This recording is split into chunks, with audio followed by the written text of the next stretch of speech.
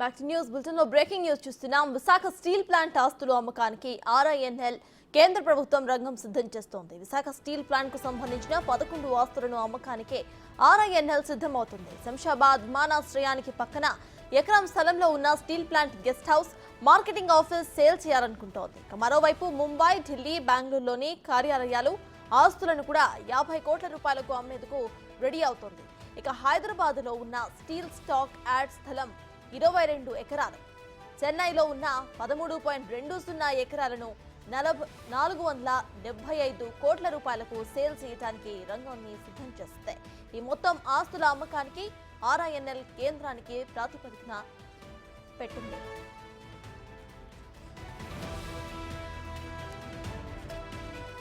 Steel plant ఆస్తుల అమ్మకంపై high court stay విధించినా కూడా కేంద్రం మాత్రం పట్టించుకోవటం లేదు. గత 5 ఏళ్లుగా విశాఖ ఉక్కును ప్రైవేటీకరణ చేయడానికి తీవ్రంగా ప్రయత్నిస్తోంది. ప్రైవేటీకరణ ప్రకటనకు వ్యతిరేకంగా కార్మిక ఉద్యోగ సంఘాలు ఆందోళన చేపట్టడంతో అప్పట్లో కేంద్రం తాత్కాలికంగా వాయిదాను వేసింది. ఆ తరువాత సార్వత్రిక ఎన్నికల నేపథ్యంలో స్టీల్ ప్లాంట్ ప్రైవేటీకరణ లేదంటూ బీజేపీ నేతలు ప్రకటన కూడా చేశారు.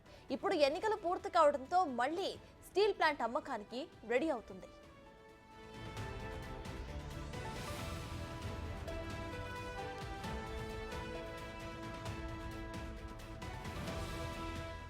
స్టీల్ ప్లాంట్ ప్రైవేటీకరణ చేయవద్దని మాజీ జేడీ లక్ష్మీనారాయణ, ప్రజాశాంతి పార్టీ అధ్యక్షుడు KA పాల్ హైకోర్టును ఇప్పటికే ఆశ్రయించారు. దీంతో హైకోర్టు కూడా ప్రైవేటీకరణపై స్టేను విధించింది. అయితే కోర్టు ఆదేశాలను కూడా లెక్క చేయకుండా కేంద్రం ప్రైవేటీకరణకు రంగాన్ని సిద్ధం చేయడంపై ఉద్యోగులు, ప్రజా సంఘాలు ఆగ్రహం వ్యక్తం చేస్తున్నారు.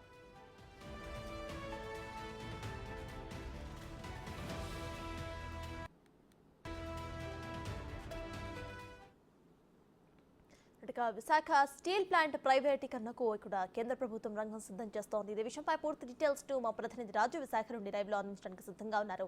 రాజు, చెప్పండి, RINL మరియు కేంద్ర ప్రభుత్వం ఇరువురు కూడా ఇటు స్టీల్ ప్లాంట్ ఆస్తుల అమ్మకానికి సిద్ధమవుతున్నట్టు తెలుస్తోంది. ఇటు కోర్టులో స్టే ఆర్డర్ ఉన్నా కూడా కేంద్ర ప్రభుత్వం దీన్ని ముందుకు వెళ్తోంది. సో దీన్ని ఎలా చూడాలంటారు? ప్రజెంట్ ఇక్కడ అప్డేట్స్ ఏంటి?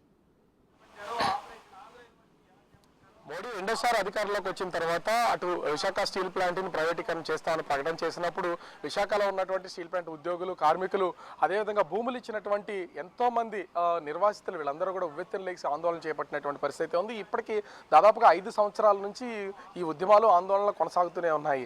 అయితే 2024 ఎన్నికలకు ముందు ముఖ్యంగా అటు కేంద్ర ప్రభుత్వం, అదేవిధంగా గనుల శాఖకు సంబంధించినటువంటి వాళ్ళు, ఇండస్ట్రీస్ మినిస్టర్స్ వీళ్ళందరూ కూడా వరుసగా ప్రకటనలు చేస్తూ వచ్చారు. ప్రధానమంత్రి కూడా కొన్ని ప్రకటనల్లో అంటే ఇప్పట్లో స్టీల్ ప్లాంట్ ప్రైవేటీకరణ అనేది లేదు, ఇది తాత్కాలిక నిలుపుదల చేసామనేది చెప్పుకుంటూ వచ్చినటువంటి పరిస్థితి ఉంది. ఈ నేపథ్యంలోనే కొంతవరకు అటు కార్మికులు, ఉద్యోగులు, నిర్వాసితులు, భూములు ఇచ్చినటువంటి వాళ్ళు కూడా కొంత ఉపశమనం అయితే ఉన్నటువంటి పరిస్థితి ఉంది. దీనికి తోడు కూటమి ప్రభుత్వం అంటే ముఖ్యంగా ఇక్కడ బీజేపీ, టీడీపీ, జనసేన 3 పార్టీలు కలిసి కూటమిగా ఏర్పడి ప్రభుత్వాన్ని ఏర్పాటు చేసినటువంటి నేపథ్యంలో స్టీల్ ప్లాంట్ ప్రైవేటీకరణ అనేది కొనసాగదు. స్టీల్ ప్లాంట్ ప్రైవేటీకరణ ఆగిపోతుంది.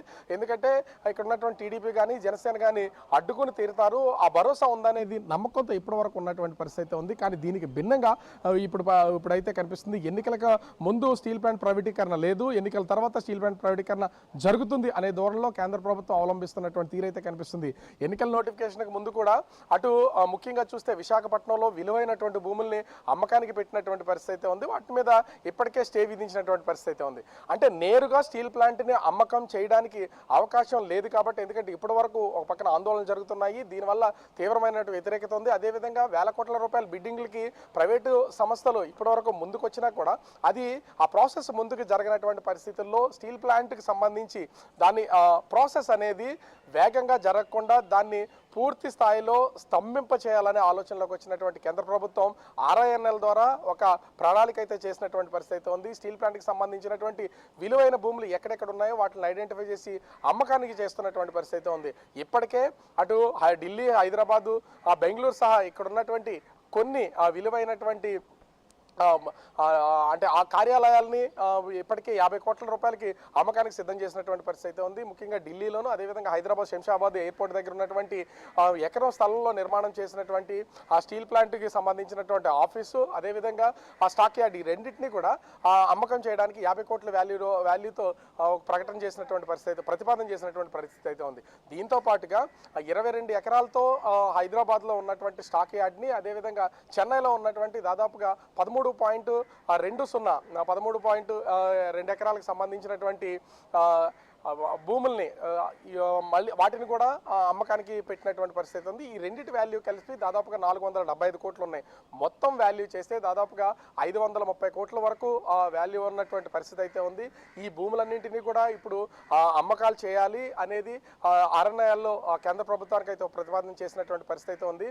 ముఖ్యంగా చూస్తే ఇప్పటికే సౌత్ ఇండియాకి సంబంధించినటువంటి భూములకి అంటే స్టీల్ ప్లాంట్కి సంబంధించినటువంటి భూములు కానీ స్టాక్ యార్డులు కానీ స్టీల్ ప్లాంట్ నుంచి ఉత్పత్తి అవుతున్నటువంటి మొత్తము ఐరన్ అంతా అటు ఆంధ్ర తెలంగాణ అదేవిధంగా తమిళనాడు అటు కర్ణాటక ఈ ప్రాంతాలకు ఎక్కువగా ఎక్స్పోర్ట్ చేస్తున్నటువంటి పరిస్థితి ఉంది. మొత్తము ఈ ఉత్పత్తిలో దాదాపుగా 40% ఈ 4 రాష్ట్రాలకు సంబంధించి అంటే సౌత్ ఇండియాలోనే ఎక్కువగా సేల్స్ ఉన్నటువంటి పరిస్థితి అయితే ఉంది. ఇట్లాంటి నేపథ్యంలో అంటే ఒక రోజుకి దాదాపుగా 30 కోట్ల రూపాయల ఐరన్ని అమ్మకాలు జరుగుతుంటే దాంట్లో 14 కోట్ల చిల్లర వరకు కూడా కేవలం ఈ సౌత్ ఇండియాలో ఉన్నటువంటి ఈ రాష్ట్రాల్లో పరిధిలోనే జరుగుతున్నటువంటి పరిస్థితి ఉంది. ఇంత వ్యాపారం జరుగుతున్నటువంటి ఈ ప్లేస్లో ముఖ్యంగా హైదరాబాదు చెన్నైలో ఉన్నటువంటి స్టాక్ యార్డుల్లోని వాళ్ళు అమ్మేయడం ద్వారా వాటి పక్కనే ఉన్నటువంటి టాటా కానీ అదాని కానీ అదేవిధంగా సెయిల్ ఈ 3కి సంబంధించినటువంటి స్టాక్ యార్డ్స్ అయితే వీటికి ఆనుకునే ఉన్నటువంటి పరిస్థితి ఉంది.